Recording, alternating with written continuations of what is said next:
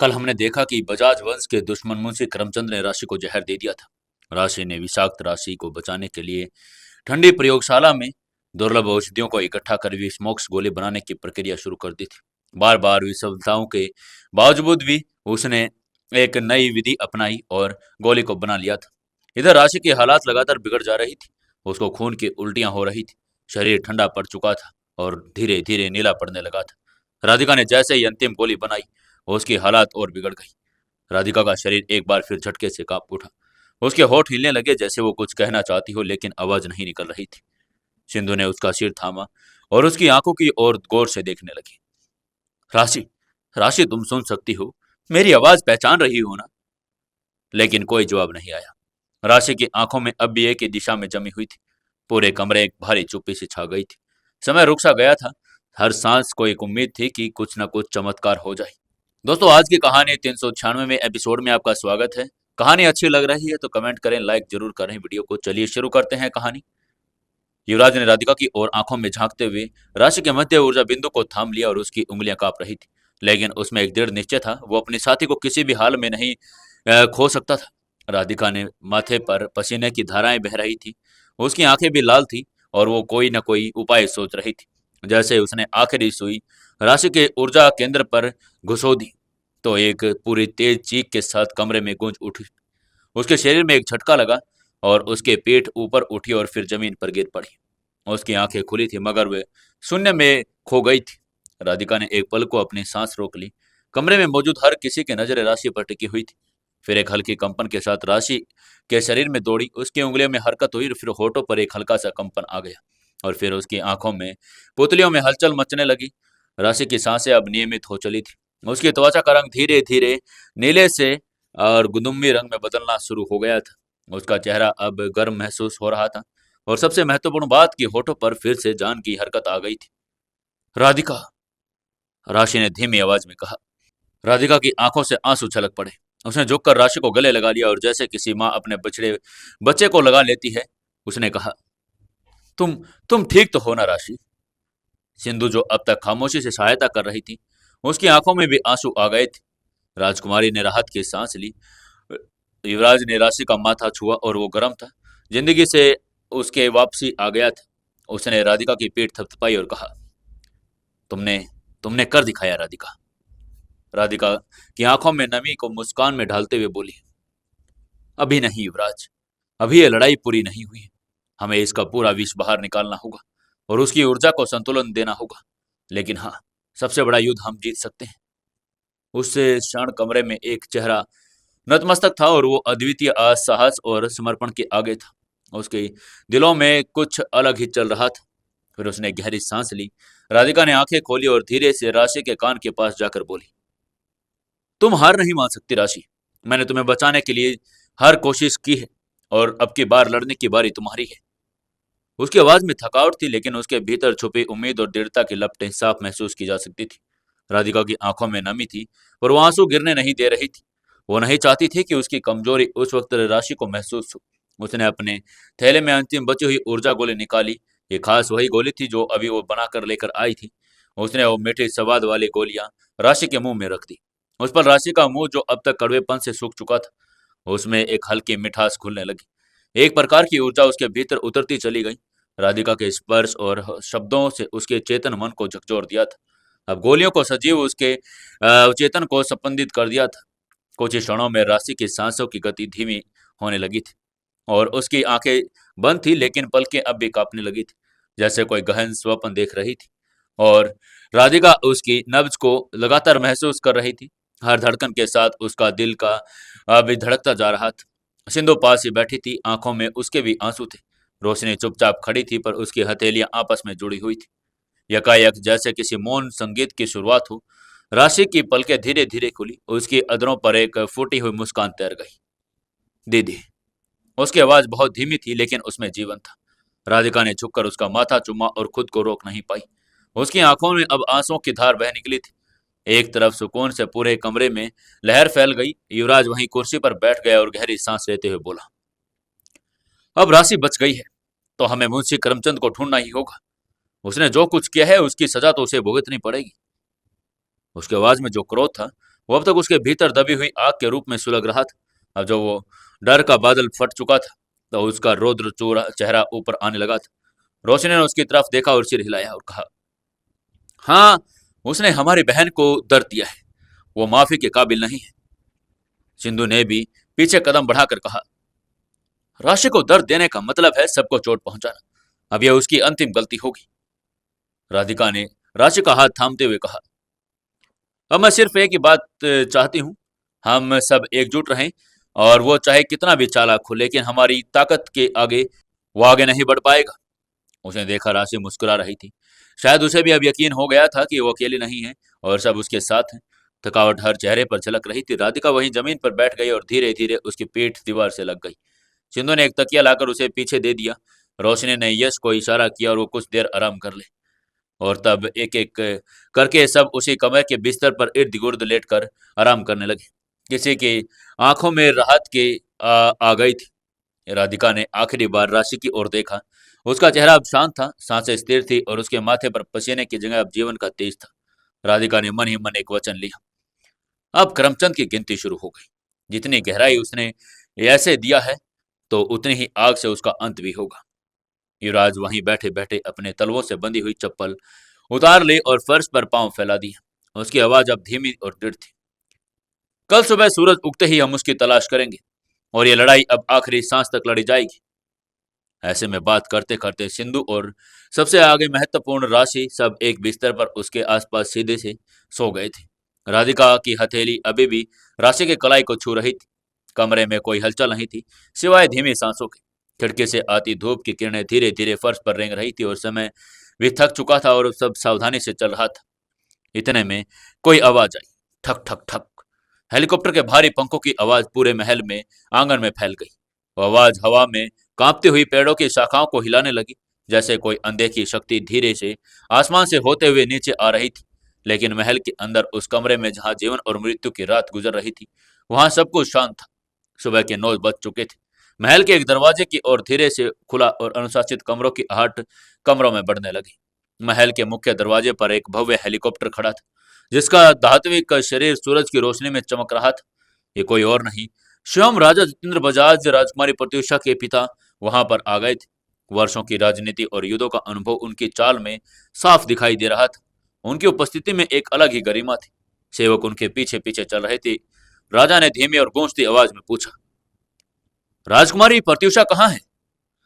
एक सेवक ने हाथ जोड़कर सिर झुकाया और कहा, महाराज, वे इस कक्ष में हैं और अभी विश्राम कर रही हैं। राजा जितेंद्र ने सिर हिलाया और आगे बढ़ गए। उन्होंने कमरे का दरवाजा हल्के से खोला और जो दृश्य उन्होंने देखा उनकी आंखों में नमी आ गई। कमरे के भीतर एक असामान्य दृश्य था। युवराज, सिंधु, रोशनी, राधिका, राजकुमारी प्रत्युषा सभी वहां पर बिखरे पड़े थे और नींद में डूबे हुए थे। उनके चेहरे पर एक गहरी थकावट की रेखाएं साफ दिखाई दे रही थी। राशि उनके जीवन की जो रात भर राधिका के थामी रखी थी। राजा का हृदय एक क्षण के लिए कांप गया। वो धीमे से कमरे में दाखिल हुई और बिल्कुल चुपचाप प्रत्युषा के पास जाकर बैठ गई। उन्होंने धीरे से राजकुमारी के माथे पर हाथ रखा। वो स्पर्श जैसे वर्षों की पहचान थी। राजकुमारी की आंखें धीरे धीरे खुल गईं। सामने अपने पिता को देखकर उसकी आंखें भर आई। एक पल को वो कुछ भी नहीं बोल पाई। राजा ने मुस्कुराते हुए उसका सिर सहलाया और धीमे स्वर में बोली, तुम तुम ठीक तो हो ना राजकुमारी? राजकुमारी प्रत्युषा ने सिर हिलाया और फिर पिता के सीने लग गई। उस आलिंगन में वर्षों की यादें समाई हुई थी और वो कमरे के बाकी लोग भी अब धीरे धीरे जागने लगे थे। युवराज ने आंखें मलते हुए राजा को देखा और तुरंत खड़ा हुआ। वहां युवराज को देखकर राजा एकदम से चौंक से गए थे। अब क्या करेंगे राजा और क्या करेगा युवराज? क्या बातें होंगी उनके बीच? जानने के लिए जुड़े रहिए कहानी के साथ। दोस्तों, 397वें एपिसोड में आपका स्वागत है। चलिए शुरू करते हैं कहानी। राजा ने एकदम आश्चर्य से युवराज की ओर देखा। कुछ क्षणों तक वो उनकी आंखों में देखते रहे, फिर चौंक कर बोले, अरे मिस्टर सिंघानिया, आप यहाँ? आप तो आप तो मुंबई वाले हैं ना? युवराज कुछ कहने वाला था कि प्रत्युषा ने बात को संभाल लिया और कहा, पापा, ये सब मेरे इलाज के लिए आए थे। राधिका ने मेरे ब्रेन ट्यूमर का इलाज किया है। ये सभी मार्शल आर्ट फाइटर हैं और प्रतियोगिता में भाग लेने के लिए यहाँ आए थे। फिर उसने एक एक करके सबका परिचय दिया। ये राधिका है, इन्होंने ही मेरी सबसे अधिक मदद की है। ये रोशनी, सिंधु जो अभी तक बिस्तर पर पड़ी है, वो राशि है। ये सब मेरे दोस्त बन गए हैं अब। राजा जितेंद्र को बेटे की बात सुनकर बेहद गर्व हुआ। उनके चेहरे पर संतोष की रेखा उभरी। पर तभी प्रत्युषा के चेहरे पर हल्का सा तनाव लौट आया था। उसने धीरे से कहा, लेकिन पापा। राजा की मुस्कान ठहर गई। उन्होंने तुरंत पूछा, लेकिन क्या राजकुमारी? प्रत्युषा की आंखें नम हो गई। उसने धीमी आवाज में कहा, पापा, कल हमारे दुश्मन ने इनके साथी राशि को जहर दे दिया था। हम पूरी रात उसे बचाने में लगे थे। राजा का चेहरा सख्त हो गया। उनके भीतर का राजा जाग गया। उन्होंने तीव्र स्वर में कहा, इतनी हिम्मत किसकी हुई जो हमारे महल में हमारे मेहमानों पर हमला करे? प्रत्युषा ने धीरे से नाम लिया, पापा, पापा, मुंशी करमचंद। एक पल को लिए उस कमरे में मौन छा गया। उसका नाम सुनकर सबके सीने में एकदम से गूंज खुल गई। राजा जितेंद्र के चेहरे पर अब क्रोध आ गया था। उन्होंने पास खड़े सुरक्षाकर्मी की ओर देखा और आराम देश से एकदम बोले, इस मुंशी करमचंद को तुरंत खोजो और उसे जिंदा मेरे सामने लेकर आओ। मेरी बेटी के दोस्तों को नुकसान पहुंचाने की हिम्मत किसकी हुई उसकी, वो तो अब उसका दंड भी उसे भुगतना पड़ेगा। सबकी आंखें राजा पर टिक गई। उनके इस रूप को शायद पहली बार किसी ने देखा था। उन्होंने स्पष्ट कर दिया था कि अब न्याय होगा और बदला होगा। कमरे में सन्नाटा फिर से बढ़ गया, जैसे हर दीवार हर किसी कोने में, और सब कुछ वैसा हुई नहीं था जैसा होता है। हवा भी धीरे धीरे चल रही थी, मानो अब भी आने वाले पल की गंभीरता को महसूस कर रही हो। लेकिन तभी उस सन्नाटे को चीरते हुए युवराज की दृढ़ और भारी आवाज गूंज उठी। उसने सबको चौंका दिया, राजा साहब, उस आदमी को आप नहीं, मैं सजा दूंगा। आप बस इतना करिए कि उसकी लोकेशन का पता करवा लीजिए। उसने मेरे साथी, मेरी छोटी बहन, मेरी शिष्या को दर्द दिया है। मैं उसे इतनी तकलीफ दूंगा कि उसकी रूह भी मुझसे भीख मांगेगी। बस मुझे मुक्ति दे दो। युवराज ने एकदम आगे बढ़ाते हुए इतना कहा। युवराज के शब्दों में जो तपिश थी वो राजा के अनुभव से छिपी नहीं थी। वो समझ चुके थे कि ये सिर्फ एक साथी का गुस्सा नहीं, ये एक रक्षा की प्रतिज्ञा थी, और एक ऐसे फाइटर का जो अन्याय के लिए कुछ भी स्वीकार नहीं करेगा। और राजा ने एक पल की बिना देरी किए अपने एक विश्वस्त सेवक को उसकी ओर देखा और आदेश दिया, जैसा मिस्टर सिंघानिया कह रहे हैं वैसा ही करो। मुझे जल्द से जल्द उसकी लोकेशन चाहिए। सेवक ने सिर झुकाया और पूरी गंभीरता से वहां से चला गया। उसकी चाल में तेजी और उस चेहरे पर जिम्मेदारी का भाव स्पष्ट दिखाई दे रहा था। उस कमरे में एक पल के लिए मौन सा छा गया था। फिर यह राजा ने युवराज की ओर मुड़कर कहा, ठीक है मिस्टर सिंघानिया, हमें बहुत जल्दी उसका पता लग जाएगा, लेकिन क्यों ना तब तक नाश्ते का प्रबंध किया जाए। और वैसे भी मेरी प्यारी बेटी की जान बचाने के लिए शुक्रिया अदा करने का इससे बेहतर तरीका और क्या हो सकता है। मैं आप सभी की मेहमान नवाजी करूं। राजा की बातों में जो अपनापन और गरिमा थी, उसने पूरे माहौल की गंभीरता को कुछ पल के लिए हल्का कर दिया था। युवराज ने राजा की ओर देखा और फिर अपने साथियों की ओर। राधिका जो अब तक पूरी तरह सतर्क मुद्रा में थी, उसने धीरे से सिर झुकाया। रोशनी ने एक लंबी सांस ली और राशि और सिंधु भी अब थोड़ी सहज हो गई थी। युवराज ने राजा की ओर सिर झुकाकर कहा, राजा साहब, आपका ये स्नेह हमारे लिए सम्मान की बात है। हम आपके आतिथ्य को स्वीकार करते हैं। राजा ने मुस्कुराते हुए सबका स्वागत किया और सेवकों को आदेश दिया कि अतिथियों के लिए शाही नाश्ते की तैयारी की जाए। सेवकों ने तुरंत सिर झुकाया और आदत अदब से बाहर निकल गए। राधिका ने धीरे से राशि के हाथ पर सिर पर हाथ रखा और अब उसे धीरे धीरे होश आ रहा था। उसकी सांसें पहले से अधिक स्थिर थी। उसकी त्वचा में रंगत आ गई थी। युवराज कुछ पल के लिए राशि को देखता रहा। उसकी आंखों में जो तेज था, उसमें एक सुकून और एक संतोष झलक रहा था। फिर उसने अपनी मुठ्ठियां भींचते हुए खुद से वादा किया, अब एक भी आंसू किसी मासूम की आंखों में नहीं आने दूंगा। करमचंद, तेरी गिनती तो अब बाकी नहीं है। कमरे में शांति लौट आई, पर यह शांति वह थी जो दिलों में अनकहा तूफान मच रहा था। महल के बाहर हल्के बादल मंडरा रहे थे और एक धीमी ठंडी हवा महकती हुई कमरे के अंदर आ रही थी। राजा प्रत्युषा के पास बैठे थे और उसका हाथ सहला रहे थे। प्रत्युषा ने धीरे से अपने पापा से कहा, पापा, आपने सही किया। यकीन मानिए, मिस्टर सिंघानिया जैसा फाइटर ही करमचंद को उसके पापों की सजा दिलवा सकता है। हाँ बिल्कुल बेटा, अब तो ये कुछ ना कुछ तो करेगा ही। सभी आपस में बात कर रहे थे। तभी उधर पुराने महल में नाश्ते की तैयारी शुरू हो चुकी थी। चारों लड़कियां एक ड्रेस चुनी और तैयार होने लगी। वहीं युवराज के लिए भी राजकुमारी ने एक फॉर्मल सूट मंगवा लिया था। ब्लैक कलर का वो सूट लेकर युवराज भी तैयार होने चला गया था। ऐसे में कुछ देर में सभी तैयार होकर वॉशरूम से बाहर निकल गए थे। सूरज की पहली किरण अब पूरे महल में बिखर चुकी थी। राशि प्रांगण के कोनों में सजे सवरे फूलों की खुशबू हवा में घुलती जा रही थी। महल के भीतर बने शाही भोजन कक्ष को नाश्ते के लिए सजाया जा चुका था। कीमती कश्मीरी कालीन, चांदी की प्लेटें, सोने के बॉर्डर वाले कांच के गिलास और हर डिश में उम्दा स्वाद, सब कुछ नाश्ते को एक दिव्य अनुभव बना रहे थे। राजा जितेंद्र बजाज शिवम अपने अतिथियों के स्वागत के लिए खड़े थे। राधिका, रोशनी, सिंधु अब स्तब्ध होकर बिल्कुल ये चीजें देख रही थी। युवराज, जो अब तक अपने युद्ध कौशल और आत्मबल के लिए जाना जाता था, आज एक बिजनेस टाइकून के रूप में वो वहां पर बैठा हुआ था। जब सब लोग कुर्सियों पर बैठे और नाश्ता परोसे जाने लगा, तो राजा ने मुस्कुराते हुए कहा, आज जो आपके लिए परोसा गया है वो मेरी बेटी प्रत्युषा की पसंद है। यह उसका पसंदीदा शाही नाश्ता है। सबने आदरपूर्वक सिर झुकाकर आभार व्यक्त किया और जैसे ही सेवकों ने गुलाब जामुन, मूंग दाल का हलवा, आलू कचौरी, दही बड़े और केसरिया चाय परोसी तो एक आत्मीय मौन छा गया। राजा ने युवराज की तरफ मुस्कुराते हुए देखा और कहा, मिस्टर सिंघानिया, मुझे आपसे कुछ जरूरी बात करनी है। युवराज ने हल्की मुस्कान के साथ कहा, राजा साहब, कृपया मुझे मिस्टर सिंघानिया मत कहिए। मैं आपकी बेटी का मित्र हूं और तो आपके स्नेह के योग्य भी है। मुझे युवराज ही कहिए। राजा के चेहरे पर एक अनकहा मुस्कान आ गया और उसने धीमे स्वर में कहा, ठीक है युवराज, तुम जैसे युवक इस युग में दुर्लभ हैं। तुम्हारी ईमानदारी और मित्रता के लिए मैं हमेशा आभारी रहूंगा। थोड़ा रुककर राजा साहब ने एक बिजनेसमैन के लहजे में बात शुरू कर दी।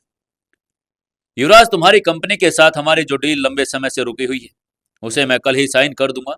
तुम बस एग्रीमेंट तैयार करवा के भिजवा देना। जो प्राइस तुम लोगों ने तय किया है, उसे 50% ऊपर के रेट भी स्वीकार्य रहेंगे।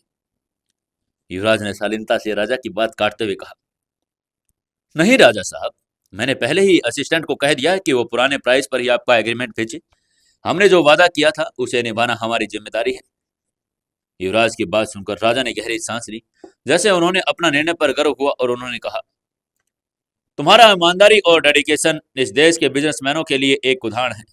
मैं चाहता हूं कि प्रत्युषा ऐसे ही तुम्हारे जैसे लोगों के सानिध्य में रहे। इस पर युवराज ने हल्के मुस्कुराते हुए जवाब दिया, राजा साहब, हम सबकी लड़ाई केवल मैदान में नहीं होती। कुछ युद्ध आत्मा और आदर्शों के होते हैं। अगर मैं उसमें खरा उतर पाया तो मेरे जीवन का उद्देश्य पूरा हो जाएगा। सभी साथी चुपचाप बैठकर यही सुन रहे थे। राधिका की आंखों में एक चमक आ गई थी। युवराज केवल एक फाइटर नहीं था, बल्कि एक सच्चा पुरुष भी था। राजा ने हंसते हुए कहा, ठीक है, अब बहुत हो गया व्यापार, चलिए अब नाश्ते का आनंद लीजिए। उसके बाद बोलते ही हंसते हुए नाश्ता करने लगे। प्रत्युषा ने खुद अपने हाथों से राशि की थाली सजाई और पहले उसे निवाला खिलाया। रोशनी और सिंधु ने जब देखा कि राशि फिर से मुस्कुरा रही है तो उनकी आंखों में आंसू आ गए थे। राधिका ने चुपचाप हाथ जोड़कर भगवान का धन्यवाद किया। अब क्या होगा आगे, क्या वो करमचंद मिलेगा या नहीं, जानने के लिए जुड़े रहिए कहानी के साथ। दोस्तों, 398वें एपिसोड में आपका स्वागत है। चलिए शुरू करते हैं कहानी। राधिका ने धीरे से राशि का हाथ पकड़ते हुए कहा, अब सब ठीक है, तुम्हारा चेहरा आंखें बता रही है। जहर पूरी तरह से तुम्हारे भीतर से निकल चुका है राशि। राशि की आंखें भर आई। उसने धीरे से उसे गले लगा लिया और सिसकते हुए बोली, अगर आप लोग ना होते तो शायद मैं जिंदा नहीं होती। रोशनी ने हंसी में कहा, अरे अभी ये नाटक बंद करो, हम सब लड़ने के लिए ही बने हैं, हार मानने के लिए नहीं। सभी हंस पड़े। अचानक ही वो गर्मजोशी भरा वातावरण फिर से जीवंत हो गया। तभी राजा के एक सेवन ने आकर कान में धीरे से कहा, महाराज, करमचंद की लोकेशन पता चल गई है। राजा ने तुरंत युवराज की देखा और गंभीर स्वर में कहा, युवराज, तुम्हारा समय आ गया है, हमें करमचंद की लोकेशन पता चल गई है। युवराज ने अपने हाथों की मुट्ठी कसते हुए कहा, उसने जो जहर हमारी राशि को दिया, अब उसका जहर भी उसके रगों में भर दूंगा। उसका हर एक आंसू का हिसाब लिया जाएगा। राजा साहब ने सिर हिलाया और कहा, हमारे आदमी तुम्हें वहां तक लेकर जाएंगे युवराज। जो मदद चाहिए वो मिलेगी, पर याद रखो, अब तुम अकेले नहीं हो, हम तो सब तुम्हारे साथ ही हैं। सभी की आंखों में एक बार फिर से वही चिंगारी आ गई थी और बदले की ज्वाला उठ चुकी थी। अब उनके पास एक राजा का समर्थन भी था। अब वक्त था इस अध्याय को खत्म करने का। सभी ने पेट पर स्वादिष्ट पकवानों का आनंद लिया और ताजगी से फलों की लपेटें और गर्मा गर्म पराठे, काजू बादाम से सजे हलवे और हर्बल चाय ने जो सिर्फ स्वादिष्ट बल्कि शरीर के अंदर को शांति दे दी थी। नाश्ते के बाद युवराज ने सिर घुमाया और कोने में खड़े सेवक की ओर देखा। उसकी तेज निगाहें आवाज में एक चुप्पा सा गुस्सा और वो यही पूछने की कोशिश कर रहा था, कहाँ है वो करमचंद। सेवक ने आदरपूर्वक झुककर जवाब दिया, महाराज, करमचंद अभी शिमला के रोश क्लब में छिपा हुआ है। रोश क्लब? युवराज ने आंखें झिकोड़ते हुए कहा। उसका माथा हल्का सा सिकुड़ गया। उसने उस नाम को पहले भी कहीं सुना था, यकीन नहीं हो रहा था। राजा ने अपनी गहरी आवाज में स्पष्ट किया, हाँ, रोज क्लब शिमला की बर्फीली घाटियों में छुपा हुआ एक गुप्त क्लब है जहां सिर्फ चुने हुए लोग जा सकते हैं। वहां शिकारी, आर्म्स डीलर और काले कारोबार के बड़े नाम का अड्डा है। यह क्लब सिर्फ अवैध गतिविधियों का केंद्र नहीं, बल्कि अपराधियों के लिए स्वर्ग है, और उसका अपना अलग नियम है, अपनी सेना है और सुरक्षा है। किसी बाहरी के लिए वहां जाना नामुमकिन जैसा ही है। युवराज की आंखें अब और भी ज्यादा तेज हो गई थी। चेहरे पर गुस्से की लकीरें उभर आई थी, लेकिन साहस अब भी झलक रहा था। उसने ठंडे स्वर में कहा, मुझे इन सब बातों से कोई फर्क नहीं पड़ता राजा साहब। आप सिर्फ ये बताइए कि उस कल में मुझे एंट्री कैसे मिलेगी। राजा ने कुछ पल युवराज की आंखों में देखा, और वहां उसे आग दिखाई दी। वो आग एक सच्चे फाइटर की थी। उन्होंने बिना समय गवाए अपने कुर्ते की जेब से कार्ड निकाला और युवराज की तरफ बढ़ा दिया। ये लो युवराज, ये रोज क्लब का गोल्ड मेंबरशिप कार्ड है। इससे तुम क्लब के अधिकांश हिस्सों में जा सकते हो, बार, गैलरी, आम लॉबी, शिकार लॉन्ज तक भी, बस एक जगह को छोड़कर। ये सुनकर युवराज एकदम से चौंक गया। उसने जल्दबाजी में फिर पूछा, ऐसी कौन सी जगह है राजा साहब कि वहां पर आप भी नहीं जा सकते। शेर शिकार खंड, वो हिस्सा सिर्फ क्लब के प्लेटिनम कार्ड धारकों के लिए होता है। वहां सिर्फ क्लब के शेयर होल्डर को प्रवेश मिलता है। मैं क्लब का सबसे सीनियर मेंबर हूं, लेकिन उस हिस्से में प्रवेश मेरा भी सीमा से बाहर है। युवराज ने कार्ड को गौर से देखा। उस पर उकेरे गए रोज क्लब के चिन्ह, सुनहरे बॉर्डर और खास कोडिंग उसे बहुत कुछ कह रहे थे। वह सिर्फ एक उसके पास नहीं था, वो एक दरवाजा और एक उसकी चाबी थी जो उसके अंदर जाने के लिए मिली थी। इस क्लब में कौन कौन कार्ड होते हैं? राधिका जो पास में थी उसने एकदम से पूछ लिया। राजा ने मुस्कुराते हुए कहा, यहाँ 3 स्तर के कार्ड होते हैं बेटा, सिल्वर, गोल्ड और प्लेटिनम। सिल्वर कोई भी साधारण मेंबर को मिल जाता है, और जो केवल क्लब के बाहरी हॉल और रेस्तरां तक सीमित है। गोल्ड कार्ड धारक को क्लब के सभी महत्वपूर्ण हिस्सों तक पहुंच मिलती है, जिनमें गुप्त बैठकों के कक्ष, शिकार लॉन्ज और आर्म्स एग्जिबिट भी शामिल है। और आखिरी प्लेटिनम कार्ड जो सिर्फ क्लब के संस्थापक, निवेशक और शेयर होल्डर के पास होता है। वहां पहुंचना लगभग असंभव ही है। रोशनी ने हल्की चिंतित आवाज में कहा, अगर करमचंद शेर शिकार खंड में हुआ तो? राजा ने गंभीरता से कहा, तब हमें उसके लिए कोई दूसरा रास्ता निकालना होगा। फिर किसी प्लेटिनम कार्ड धारक की मदद लेनी होगी। युवराज ने एक लंबी सांस ली। उसे पता था कि रास्ता आसान नहीं होगा, लेकिन उसकी आंखों में निश्चय की लौ जल गई थी। उसने कार्ड को मुट्ठी में भींच लिया और कहा, उसने हमारी राशि को जहर दिया। उसकी सजा सिर्फ एक ही है, मौत। राजा जो अब तक सिर्फ उस कार्ड बिजनेसमैन को समझ रहे थे, अब उनकी आंखों में एक सच्चे फाइटर की दृढ़ता देख चुके थे। उन्होंने बिना एक शब्द कहे सिर हिलाया और फिर सेवक को इशारा करते हुए कहा, रोज क्लब का नक्शा, जरूरी दस्तावेज इनके लिए तैयार करो। हम अपने मेहमानों को अधूरी तैयारी के साथ वही भेजेंगे। सेवक तुरंत सलाम ठोकर वहां से चला गया। युवराज, राधिका, रोशनी, सिंधु सबके दिलों में एक नई चेतना आ गई थी। युवराज के चेहरे पर अब भी वो एक आंतरिक ज्वालामुखी जल रहा था, जो थमने का नाम नहीं ले रहा था। उसकी आंखों में बदले की ऐसी आंधी थी जो कभी भी कुछ भी कर सकती थी। कुछ देर के बाद मौन रहने के बाद युवराज ने अपनी उसकी आंखों में झांकते हुए गंभीर स्वर में कहा, राधिका, क्या तुम मेरे लिए ऐसा जहर बना सकती हो? ऐसा जहर जिसका कोई इलाज ना हो, जो धीरे धीरे शरीर को अंदर तक इस तरह जलाए कि मरने वाला हर पल मौत को भीख मांगे, लेकिन तब तक मौत ना आए जब तक वो जिंदा रहते हुए धरती पर नर्क न देख ले। उसके शब्दों में नफरत नहीं, बल्कि ऐसी वेदना थी जो किसी के दर्द को देखकर जागती थी। राधिका कुछ सोचती रही, फिर उसने गहरी सांस ली और अपने होठों को भींचते हुए कहा, हाँ, मैं कोशिश कर सकती हूँ, लेकिन उसमें मुझे थोड़ा वक्त लगेगा। ऐसा जहर बनाना आसान नहीं है, क्योंकि उसे शरीर को जलाना है, मगर बिना मारे, बिना तुरंत असर किए उसका हर कतरा सोच समझ कर तैयार करना होगा। युवराज उसकी बात सुनते ही धीरे से सिर हिलाते हुए बोला, कोई बात नहीं, तुम्हें जितना समय चाहिए उतना लो।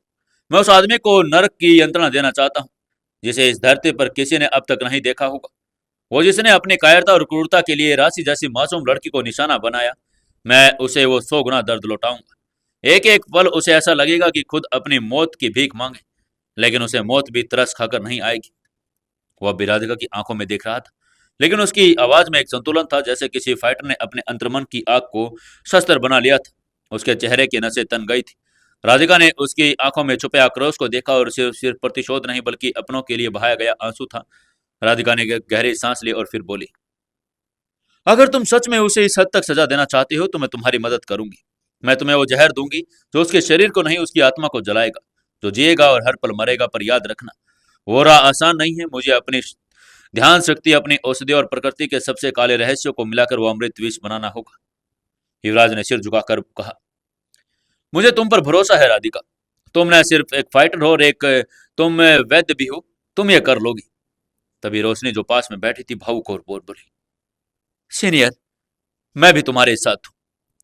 तुमने हमेशा सबको बचाया है, अब वक्त है कि हम भी तुम्हारे साथ इस युद्ध में हमारा योगदान दें।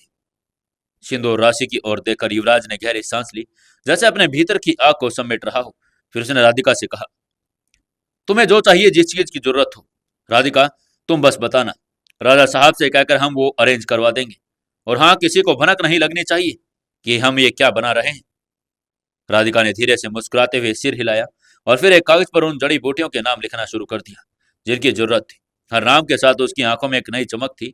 सब कुछ लिख देने के बाद राधिका ने कागज युवराज को दिया और युवराज ने तुरंत वो कागज राजा साहब की तरफ बढ़ा दिया।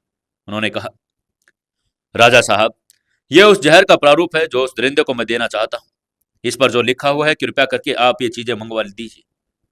राजा ने कागज को हाथ में लेकर ध्यान से देखा। उनके चेहरे पर पहले आश्चर्य की झलक थी, फिर उन्होंने कहा, यह भी साधारण नहीं है, यह तो जैसे पीड़ा का साक्षात स्वरूप है। युवराज ने दृढ़ स्वर में उत्तर दिया, हाँ राजा साहब, मैं उसे सामान्य मृत्यु नहीं देना चाहता। मैं उसे उस पीड़ा का अनुभव कराना चाहता हूँ जो उसने राशि को दिया था। राजा ने समझते हुए सिर हिलाया और अपने सबसे भरोसेमंद सेवक को बुलाकर आदेश दिया, इस कागज के अनुसार सारी आवश्यक वस्तुएं, जड़ी बूटी, उपकरण और रासायनिक घटक जल्दी से जल्दी इकट्ठा करवा दिए। सबसे गुप्त और सुरक्षित इन्हें कोल्ड रूम में रखवा दिया जाए। किसी को इसकी भनक तक नहीं लगनी चाहिए। क्या लगता है दोस्तों, यह राधिका ऐसा जहर बना पाएगी या नहीं? जानने के लिए जुड़े रहिए अपनी इस कहानी बेमानी मोहब्बत के साथ। दोस्तों, कहानी को ज्यादा से ज्यादा शेयर करें, कमेंट करें और लाइक जरूर कर दें। दोस्तों, 399वें एपिसोड में आपका स्वागत है। चलिए शुरू करते हैं कहानी। सेवक ने सिर झुकाकर राजा का आदेश स्वीकार कर लिया और तुरंत बाहर चला गया। इसी बीच राधिका ने युवराज की ओर देखा। उसकी आंखों में अभी भी गहराई और चिंता थी और उसने उसे पढ़ लिया और कहा, चलो युवराज, जब तक राजा साहब इन सब का इंतजाम करवाते हैं, हम कोल्ड रूम में चलते हैं। वहां बाकी जड़ी बूटियों की शुद्धि और संयोजन की प्रक्रिया शुरू कर देते हैं। युवराज ने चुपचाप उसकी ओर देखा और फिर बिना कुछ कहे उठ खड़ा हुआ, उसके साथ चल पड़ा। उनके कदमों की आवाज राजमहल के संगमरमर के फर्श पर गूंज रही थी। यहाँ कोई साधारण यात्रा नहीं थी, एक प्रतिशोध की तैयारी थी। जैसे ही राधिका और युवराज कोल्ड रूम में आ गए, हवा की महकती जड़ी बूटियों की गंध ने उन्हें वहां पर घेर लिया। और उसके बाद वो शीशे की बड़ी बड़ी अलमारियां, बांस की टोकरियां और धातु के डिब्बे, हर एक कुछ न कुछ रहस्यमय तत्व से भरे हुए थे। राधिका ने झुककर एक बक्सा खोला जिसमें हेमकालिका नाम की जड़ी बूटी रखी हुई थी।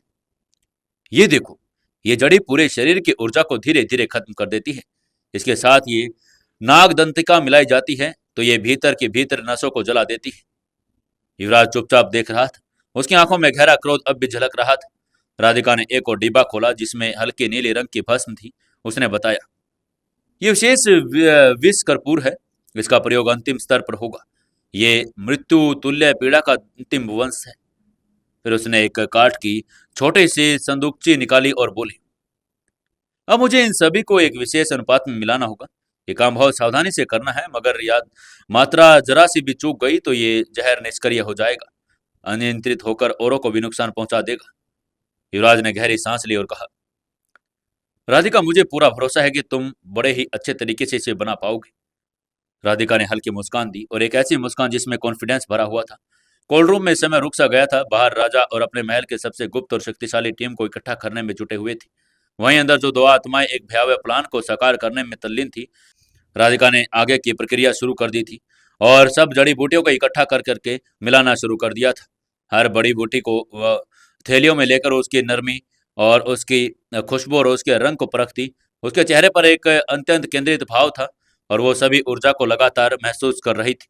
युवराज, जो अब तक राधिका के संघर्ष और उसके भीतर की शक्ति को बखूबी समझ चुका था, बिल्कुल चुपचाप उसके पीछे खड़ा था। उसकी आंखें अब भी रोशनी से भरी हुई थी। राधिका ने युवराज की ओर देखा और फिर कहा, युवराज, तुम्हें पता है ये बूटी काल मेघ परणी है और ये सबसे जरूरी है।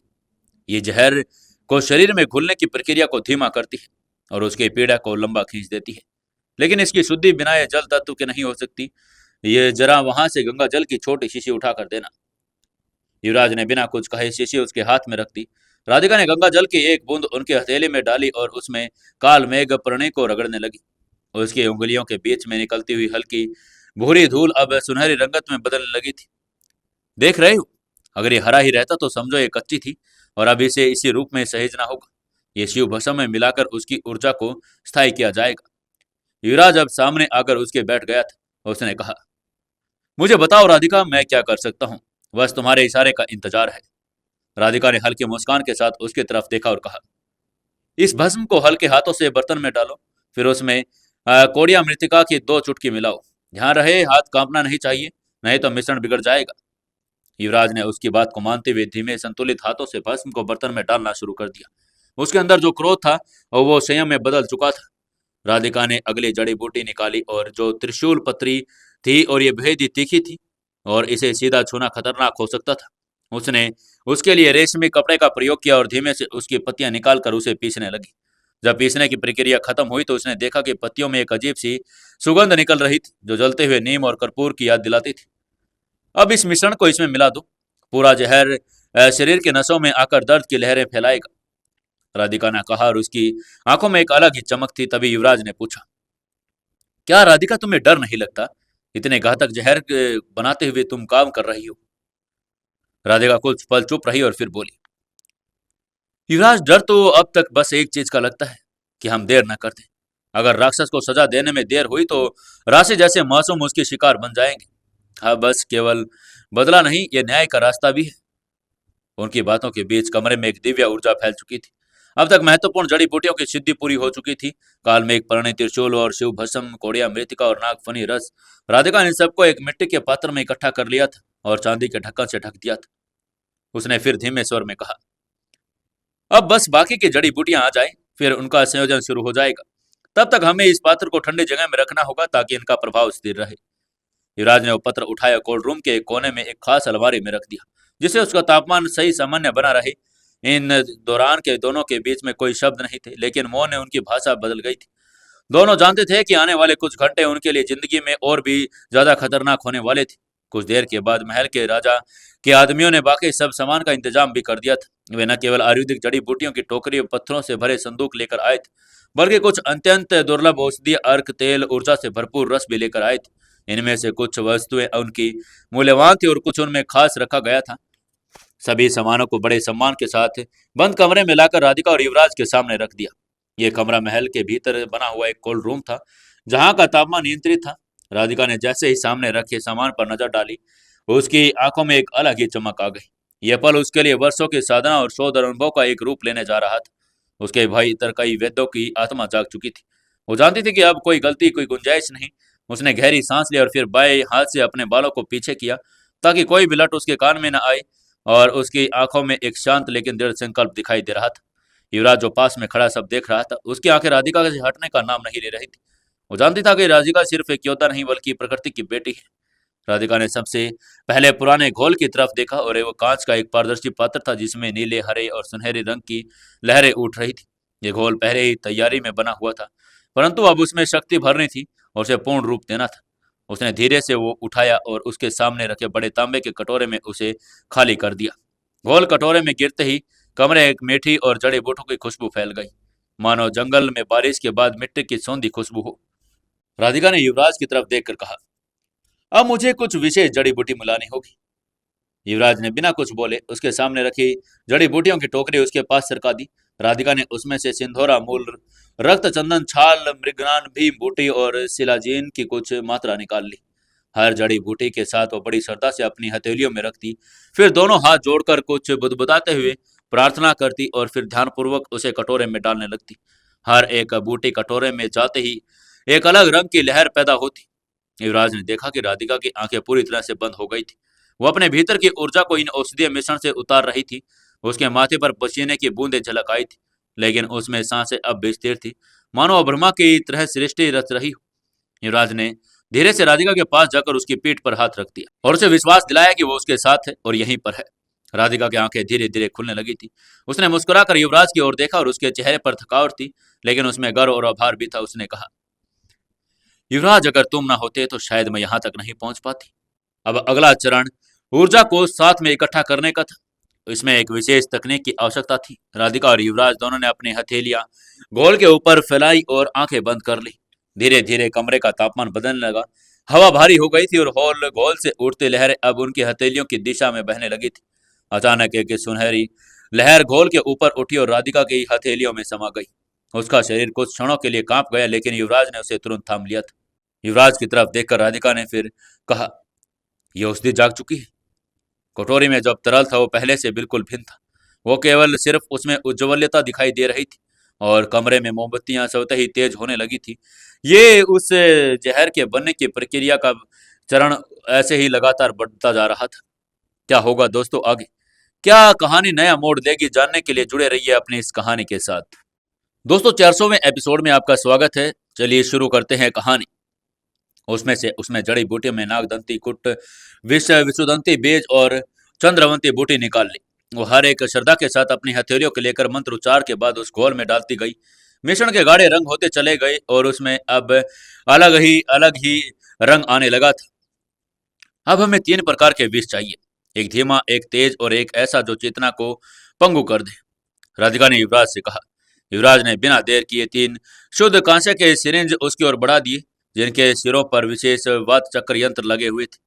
राधिका ने पहले सिरिंज को धीमा विष भरा और मंथर मृत्यु था, जो शरीर को धीमे धीमे फैलता और अंदरूनी अंगों तक निष्क्रिय करता। दूसरे सिरिंज में उसने वज्र विष भरा और एक ऐसा रसायन जो हृदय को कुछ क्षण में ही भंग कर दे। तीसरे सिरिंज में मायावी विष उसने भर लिया था।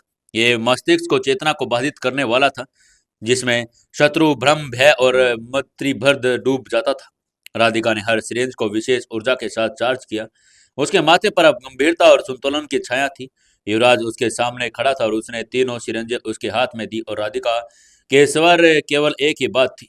युवराज ने सिरिंज को संभालते हुए कहा, मैं इसे अंजाम तक पहुंचाऊंगा। करमचंद अब बचेगा नहीं। राधिका ने उसका हाथ थामा और उसकी आंखों में एक धधकता हुआ विश्वास छलकने लगा था। हम कोई अपराध तो नहीं कर रहे, राधिका ने एकदम से कहा। कमरे में कुछ पल नीरवता छा गई। केवल जहरी मिश्रण की मध्यम गंध और उसके भीतर उठती हल्की भाप जिनमें बदले की तपश थी। कमरे में और 3 सिरंजे और 3 जहर की प्रतिज्ञा जन्म दे चुकी थी। युवराज ने राधिका को भरोसा दिलाकर कहा, राधिका, हम कुछ भी गलत नहीं कर रहे। अगर कोई हमारे साथ गलत करे तो उसको उसी की भाषा में समझाना हमारा फर्ज होता है, और इसके बिना तो वो ऐसे समझेगा भी नहीं। कल को वो किसी और को भी ऐसे ही दुख पहुंचाने की कोशिश करेगा, तो हमें उसको उससे की गलती का एहसास तो कराना ही होगा। कोल्ड रूम में घंटों बीतने के बाद जब दोनों बाहर आए तो बाहरी दुनिया कुछ पल को धुंधली सी लगने लगी थी। दोनों कोल्ड रूम के बाहर जाते ही राजा जितेंद्र के पास पहुंचे। वो अब भी अपने निजी कक्ष में पूरे घटनाक्रम की निगाह बनाए हुए थे। उनके साथ वही 2 विश्वस्त सेवक खड़े थे जो असीम चेहरा था। और जैसे ही युवराज और राधिका ने कमरे में आए और राजा ने अपनी कुर्सी से उठते हुए कहा, क्या रहा, क्या तैयारी हो गई? युवराज ने स्थिर स्वर में कहा, राजा साहब, जहर पूरी तरह से तैयार है। राधिका ने 3 सुइयां बनाई है, हर एक अलग तरह की यात्रा छिपी है। मैं तैयार हूं क्लब जाने के लिए। युवराज की आवाज में एक ऐसा ठंडापन था जो किसी चट्टान की तरह अड़िग था। वो केवल एक मिशन पर था और उसकी आंखों में अब सिर्फ बदला और न्याय ही था। राजा जितेंद्र ने उसकी बात ध्यान से सुनी। उसकी बूढ़ी आंखों में एक पल के लिए चिंता की हल्की परछाई छा गई, लेकिन उसने सिर हिलाया और कहा, बहुत अच्छा, मैं तुम्हारी दृढ़ता की सराहना करता हूं। फिर वो तुरंत अपने सेवकों की ओर मुड़े और बोले, जाओ गाड़ी का इंतजाम करो और युवराज को रोज क्लब के सुरक्षित तक पहुंचा दो। एक पल की भी देरी नहीं होनी चाहिए। सेवकों ने आदेश सुनते ही तुरंत सिर झुकाया और तेजी से बाहर निकल गए। राधिका ने युवराज की आंखों में देखा। दोनों की नजरें मिले और बिना कुछ कहे मुस्कुराई। उस मुस्कान में न प्रेम था और न ही विदाई और एक नारी की स्वीकृति थी। कुछ ही पलों के बाद एक काली गाड़ी महल के द्वार पर आकर रुकी। चमचमाती बॉडी, बुलेट प्रूफ शीशों और एक ऐसा ड्राइवर जो राजा के सबसे भरोसेमंद लोगों में से था। युवराज ने पीछे मुड़कर एक बार राधिका की ओर देखा और अभी वहीं पर खड़ी थी, हाथों को सामने जोड़कर उसकी सलामती के लिए मौन प्रार्थना करती हुई। गाड़ी का दरवाजा खुला, युवराज अंदर बैठ गया। जैसे ही गाड़ी ने रफ्तार पकड़ी, महल का आंगन पीछे छूटता चला गया। रास्ते भर युवराज शांत था। उसकी मुट्ठी बंद थी, लेकिन उसकी हथेली के अंदर 3 सिरंजे जैसे जल रही थी। हर एक सुई उसके दिल की आग को आवाज दे रही थी। रोज क्लब, जहां काले सौदे होते थे, जहां धन और हिंसा में मिलावट इंसानियत का गला घोट जाता था, लेकिन अब वहां न्याय प्रवेश करने वाला था। गाड़ी जैसे जैसे आगे बढ़ती जा रही थी, हवा और ठंडी हवा होती जा रही थी, लेकिन युवराज की आंखों में आंच बढ़ती जा रही थी। उसने अपने जैकेट की जेब में एक बार फिर हाथ रखा और धीरे से बुदबुदाया, करमचंद, तूने जिस मासूम पर हाथ उठाया, अब उसके चीखों की गूंज तुम्हारे हर पल को सुनाई देगी। ड्राइवर की आंखों में हर मोड़ सजग थी। उसके पकड़ स्टीयरिंग व्हील पर कसकर जमी हुई थी, जबकि पीछे की सीट पर बैठा युवराज अपने बदन में अंगारों को सुलागता बदला और हाथ में मौत का पैगाम लिए हुए था।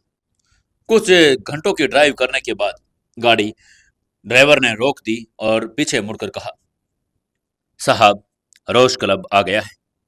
युवराज ने बिना देर की हल्का सा सिर हिलाया और दरवाजा खोलकर गाड़ी से उतर गया। सामने था रोज क्लब, एक भव्य आलीशान और रहस्य में डूबा हुआ बंद, जिसकी ऊंची दीवारें और काले शीशे वाले दरवाजे उसे किसी पुराने दुर्ग जैसे लिख रहे थे।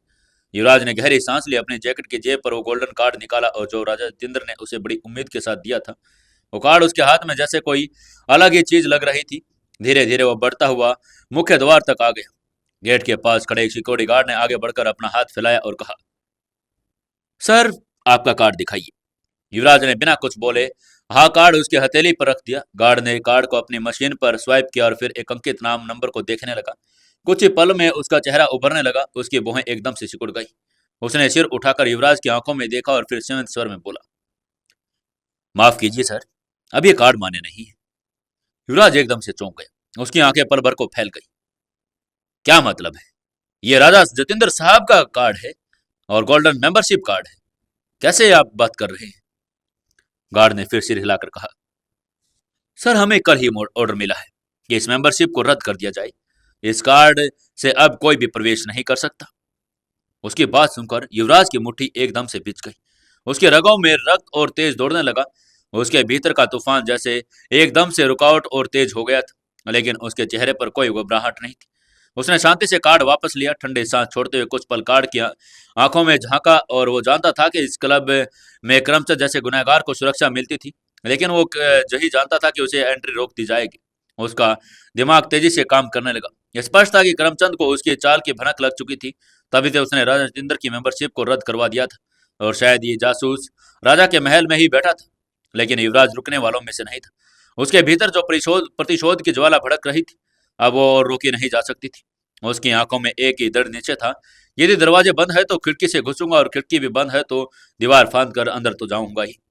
गार्ड ने फिर कहा, सर, कृपया पीछे हो जाइए, आपको अंदर जाने की अनुमति नहीं है। युवराज ने गहरी नजर उस क्लब के दरवाजे पर डाली, जैसे वो दीवारों को पार देखता हुआ नजर आ रहा था। फिर उसकी आंखों में एक नई चाल बनने लगी। उसने जैकेट को जेब से धीरे से मोबाइल निकाला और राधिका को कॉल करने लगा।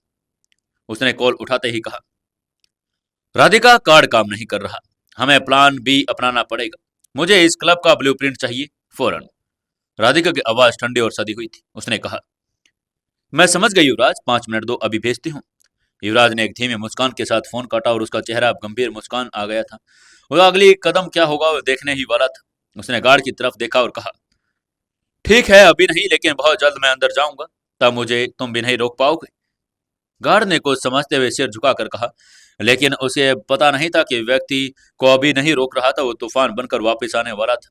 युवराज वापस मुड़ा और कुछ दूर जाकर खड़ा हो गया। उसकी आंखें अब भी रोज क्लब के दरवाजे पर टिकी हुई थी, जैसे शिकारी अपने शिकार की हरकत माप रहा था। कई बार वो अपने मन में इस मिशन की कल्पना कर चुका था, लेकिन जब उसने रोज क्लब की ऊंची दीवारों को देखा तो उसके दिल का तेजी से धड़कने लगा। तभी उसके मोबाइल पर एक मैसेज की घंटी बजी। स्क्रीन पर राधिका का नाम था और उसने एक तुरंत मैसेज खोला और उसने स्कैनर किया हुआ एक नक्शा वहां पर आया हुआ था। रोज क्लब का ब्लूप्रिंट राधिका ने भेज दिया था। उसने मन ही मन कहा, राधिका, तुम तो कमाल ही हो। क्लब करीब 13-14 एकड़ में फैला हुआ था। भीतर दर्जनों गुप्त कमरे, भूमिगत सुरंगें और सुरक्षा चेक पॉइंट थी। लेकिन राधिका ने एक ऐसा रूट चिन्हित किया था जो न केवल निगरानी कैमरों से दूर था, बल्कि सीधा क्लब के इनर सेफ जोन तक जाता था। जो जगह जहां पर करमचंद जैसे लोग वहां पर अपनी पीठ जमाए हुए थे। युवराज ने नक्शे को ध्यान से देखा, हर मोड़, हर दरवाजे और हर सुरक्षा बिंदु को अपनी स्मृति में बैठा लिया। उसके चेहरे पर दृढ़ निश्चय आ चुका था। अब गुप्त तरीके से ही अंदर जाने के लिए तैयार हो चुका था। अब क्या करेगा युवराज? क्या अंदर युवराज पहुंच पाएगा या नहीं? क्या उसको अंदर जाने से कोई रोक देगा? क्या होगा आगे कहानी में जानने के लिए जुड़े रहिए कहानी के साथ। दोस्तों, कहानी को ज्यादा से ज्यादा शेयर करें, कमेंट करें और लाइक जरूर करें।